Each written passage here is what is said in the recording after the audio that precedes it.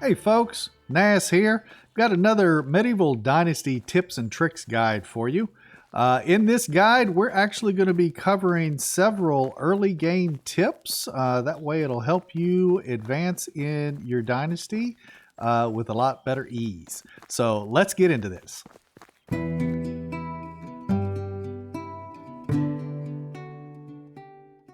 During the early game, when you're collecting sticks and stones to create some of your first tools and stone knives and things like that, it can be kind of hard to see those items on the ground, the sticks and the stones. Now, granted, you can see a few of them around me here on the ground, but there's way more than what you can actually see here. And there's a few things that you can do to help you find these items a little bit better.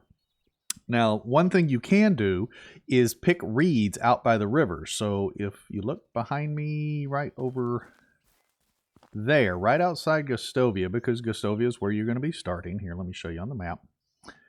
Gustovia is where you're going to be picking up your first quest, and that's where you're going to be starting. And this area right here, right outside Gustovia, has a bunch of reeds.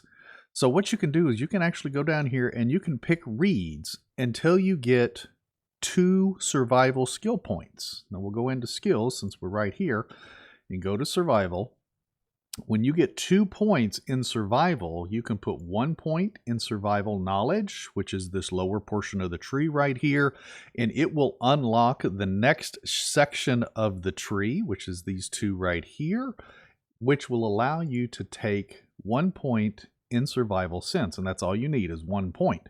And what this does is this unlocks some items that you can see in inspector mode.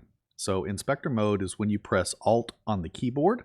I currently am not aware of what it is on controller. So if anybody knows, please feel free to leave that in the comments below. That way controller users can actually find that information. But anyway, so Alt key on the keyboard is your inspector mode. Well, as you can see down here, the tooltip tells you that you can see mushrooms, feathers, and herbs. They haven't updated this tooltip yet, but once you get the survival sense, you can also see rock stones and sticks that are lying on the ground. So let me get back out of here for you. Get back up in my spot here. You can kind of see when I'm spinning around looking down. Now this third person view definitely helps a lot. But if you hit the inspector mode, you can see that the sticks and the stones light up in green, plants light up, the herbs and berries light up in yellow.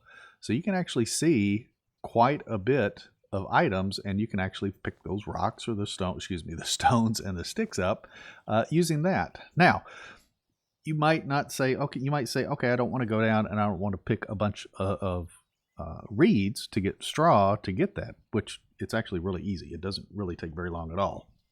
But maybe you don't want to be bothered by using the Alt key, because using the Alt key will actually use stamina as well. And you could stand there and hold this and your stamina will run out while using that unless you have the option. What is that here? No, back. Not that. Customized game. There it is. So this is a customized game. This is not my Season 5.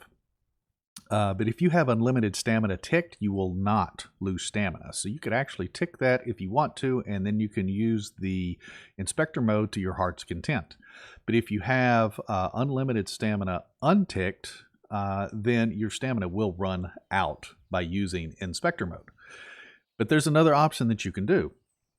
You can actually go into your game settings. So on the keyboard, you hit escape, and then you would go to settings. You would go to graphics, and then you would scroll down to where you see foliage. Now you see mine is actually on ultra right now, which means that I'm seeing every little blade of grass and everything in the game. If you tick that and shake it to low and accept the changes, as you can see, a lot of that stuff just disappeared right away. So let's get back out of this. Now you can see that there are a ton of stones and sticks that you can see, and you don't actually have to hit the inspector mode. You can walk around and easily see these things without having to stop and do this number right here and then go, oh, there's some right over there, and then you can go, oh, there's some over there. That can kind of be tedious sometimes. So using this little graphic setting change is really nice and helpful, especially early game when you are spending a ton of time picking up sticks and stones and all of that on the ground.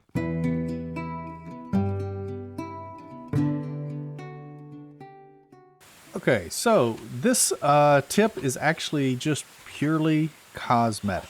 So we're actually looking at the lumberjack right now, the woodshed, and she's up there working on producing logs and planks and things like that. But the woodshed is empty. There's nothing in the chest. So it doesn't look like she's being productive. Now, if your resource storage, that's my resource storage over there, if its capacity is full, then your workers are going to start putting their items in their workstation storage chest. So like for this lady right here, she'll end up putting stuff in this chest after the resource storage is full. However, you don't want your resource storage to get full, because then once all the storages are full, your people won't produce anything. But if you want this to look like she is being productive, so you want it to actually be full of logs, what you can do is you can come over here and you can actually put in, and I recommend using stone because she will not pull stone out of her own chest. But if you put logs or firewood or sticks in here, there is a chance that she could actually use those items to turn them into firewood or whatever. But I would recommend using stone because, again, this is purely cosmetic. But we can put this stone in there, and I'll put all of it in there. So now we're at max capacity. So when I get out of this screen here, there should look like there are logs stacked up behind that chest. And there you go. Now it looks like she's being really productive. Even if you wanted to go in and let's say we remove half of those stones, roughly half. So there's 26 stones left in there. Look at there, there's only half the stack now. So it looks like she's being productive.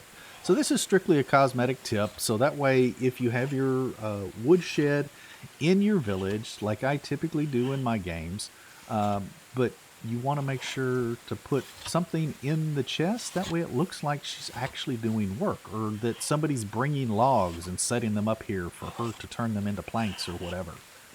But like I said, I recommend using stone. Stones are easy. You go pick up, 25, 50 stones and drop in there, because the max you can put in there is 50. But you can put as many as you want. If you wanted only 2 stones in there, let's see, let's drop, there we go. We'll take 24 out. So we have 2 stones in the storage chest. There's 2 logs. That's it. So depending on how you want the woodshed to look, just put however many stones you want in there. I'm going to drop all 50 of my stones in there for right now. That way it looks really nice and full, and she's got a lot of work ahead of her.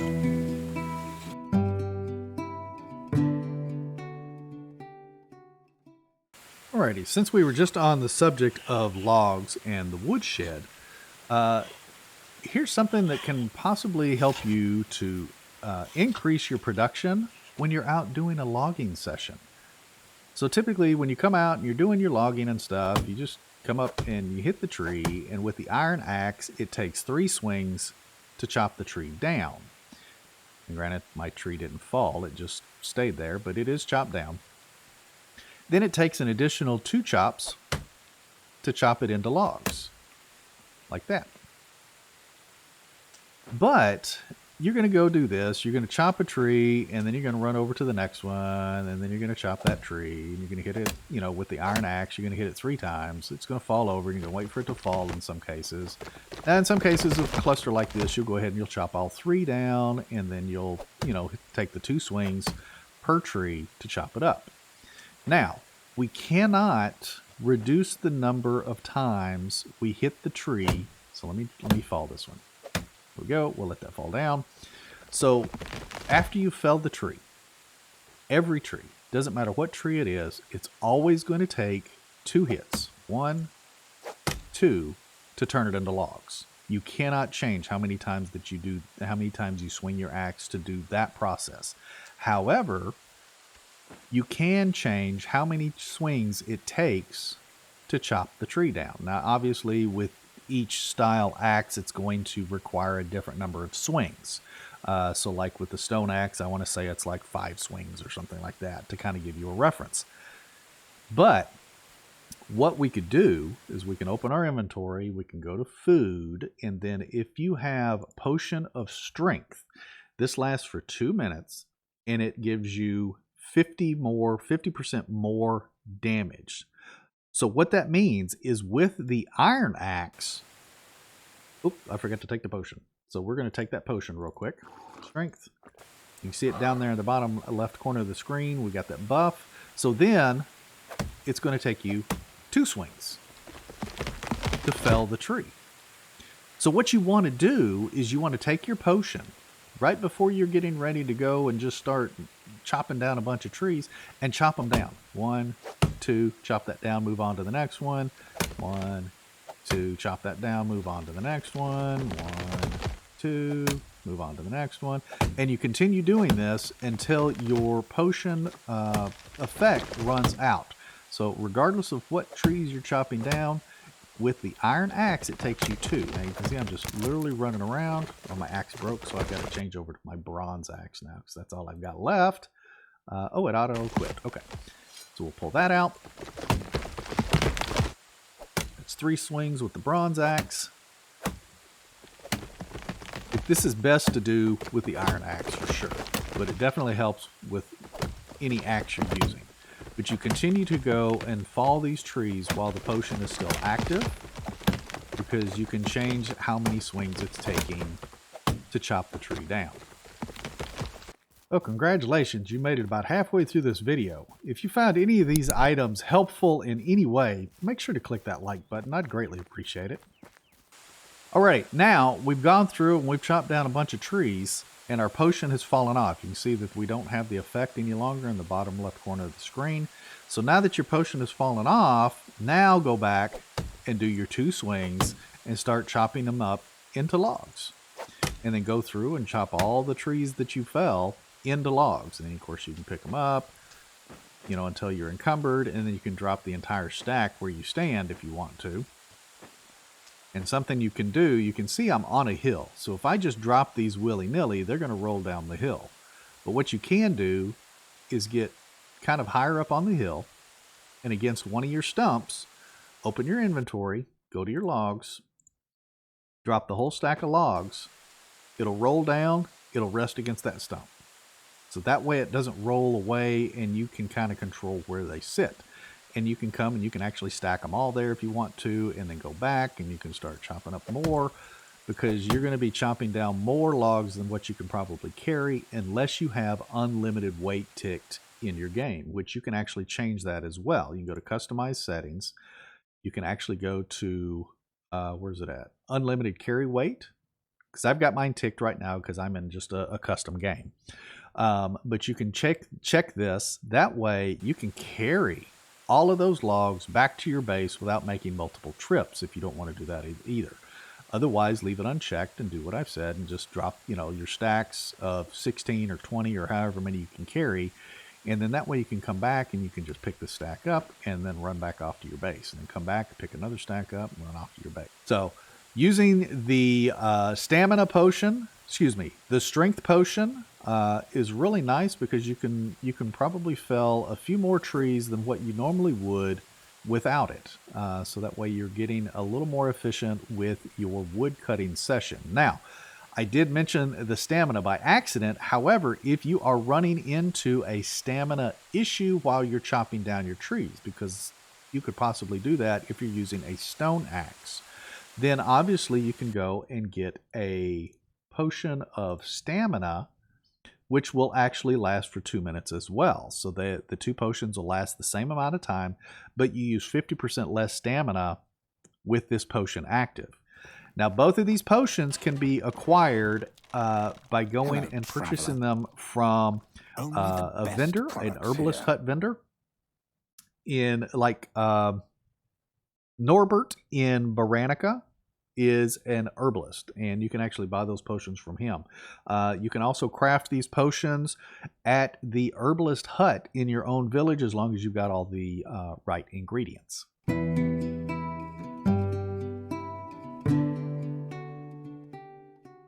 If you're out and about and just running across the map trying to complete quests and everything, you're going to be running out of stamina quite often, especially if you don't have a mount yet.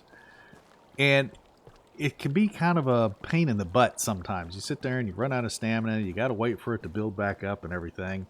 And then you go and you press the shift key or whatever your key is for running. And of course you run a little bit farther, watching your stamina drop and everything. You get a little bit further and then you're having to, let your stamina build back up. There's actually something that you can do to help alleviate that. And again, it's another potion. So what you can do is open your inventory. As long as you've got these, you can take a potion of stamina. Now this lasts for 2 minutes and you use 50% less stamina consumption when you're doing anything that consumes stamina. So we'll take that real quick. Now we've got it. You can see it there in the bottom left corner of the screen. Now you don't run any faster or anything. However, you can see that the stamina will actually deplete much slower. And you're able to get farther before you have to actually let your stamina build back up again. So if you're having to run across the map from, Gustovia to Lesnica to Hornica or something like that, it's definitely good to have some of these potions of stamina on you. And it's super helpful, especially if you don't have a donkey or a horse to get you across the map, much quicker. But you can see that I've run quite a distance now. You can run twice as far as you could without it. So potion of staminas are really nice to have on you if you're out exploring or trying to get some quests completed before the season change and things like that. That way you don't have to stop and rest as often.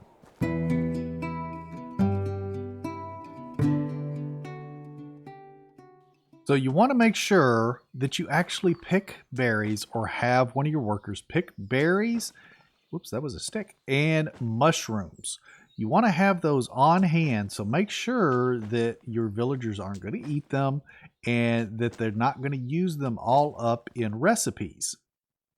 Because you want to have berries and mushrooms on hand year round, because you're going to get a quest that requires you to have 3 berries, 6 berries, 2 berries, a couple of mushrooms or something like that. And it's not going to be the season for you to go out and pick them. So you want to make sure that you have them and put them in your food storage. That way, when you have that quest, you'll have them ready. You just have to go to your food storage and grab those items out. Now, you can also go into your management and you can go to this little item right here. So it looks like it's got the water and the apple and the logs. You can click on that. You can actually tell your people, click food items, and you can scroll down. You can see all of these things are checked. That means that your people, your workers, your villagers can eat all of those items. But if you don't want them eating your berries, so you can go down here to berry and you can check that off. They will not touch your berries.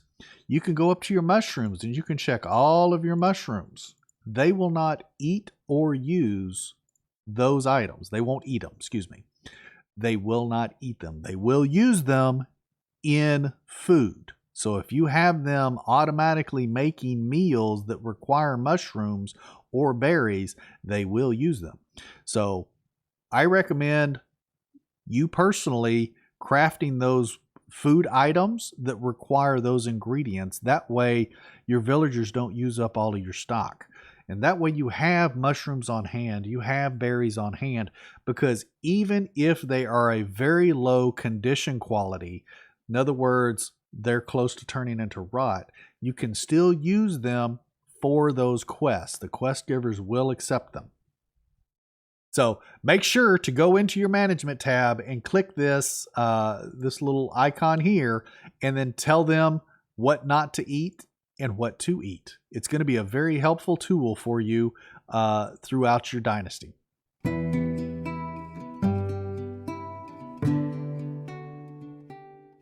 Alrighty, so early in your game, and you're making your first farm plots and you're trying to get whatever item in the ground very quickly. So early in the game, what you can do to actually get fertilizer is you can pick berries and just pick a ton of berries. I mean, lots and lots of berries. And once you've picked all of those berries and you may be making several trips or whatever, what you can do is take them back to your food storage. So during the spring, when you first enter the game, I highly recommend picking all of the unripe berries that you can. What you can do is take those berries. So we'll open our inventory and you can see, now granted I'm in the summertime, so it's going to actually be ripe berries for me, but in the spring, you'll have unripe berries. Now, you can take these berries and you can actually highlight them, hit X, you can hit E to select them all, and then hit F, and it's going to drop them right there on the ground. Now, at season change, these will turn to rot. Then you can take that rot over to your barn and turn it into fertilizer for your crops. But this is an easy way to get fertilizer without actually having to buy it and without actually needing all the coin to buy animals once you get to that point in the game. So if you're not ready to do animals yet or whatever, but yet you still need fertilizer, but you don't want to spend all of the coin to load up your crops with fertilizer each season, this is how you do it. You take food and drop it on the ground. Now, berries is a 1-for-1. One berry will get you one rot.